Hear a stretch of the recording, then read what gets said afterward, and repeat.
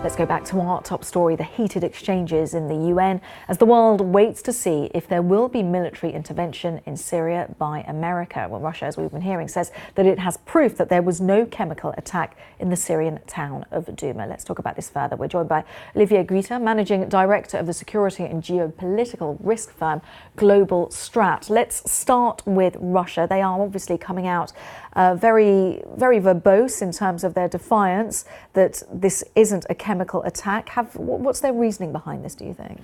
Look, I think it's muscle flexing. It's ego after the tweet of Trump. I think what we have to go back to is probably the incident with Turkey when Russia was also muscle flexing, and there was talk of war after the Russian fighter jet had been downed by Turkish forces. Now they're all best friends. I think that in this case, it's mostly a fight between two egos that are Trump and Putin, but I don't think it's in the interest of any of the countries present to escalate the situation. What happens next then? Because of course we heard how President Trump came out with real fighting talk. He's gone back on that. What kind of message does that send to Assad, to Putin, to all those involved?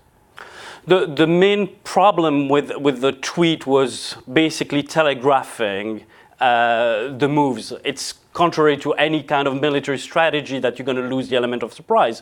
But to put this in perspective, President Macron of France did the same thing the day before, where he said, look, we're going to make our decision in the next few days, and when if we'll hit chemical targets, and we won't try to target either Iranian or Russian forces. So he was very clear in his limited targeting of Syrian regime forces. Is that possible, though? Because if the Syrian regime knows that this attack is possibly imminent, they're now moving their jets, they're moving their fighters.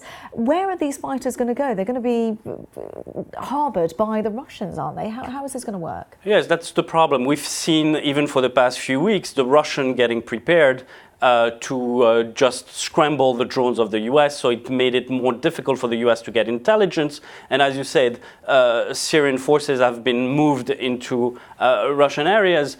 But if it's to target chemical facilities, and the main chemical facility has been targeted by Israel in the past, then there won't be most probably any Russian forces, but will there be any things to strike? Just very briefly, do you think there will be an attack?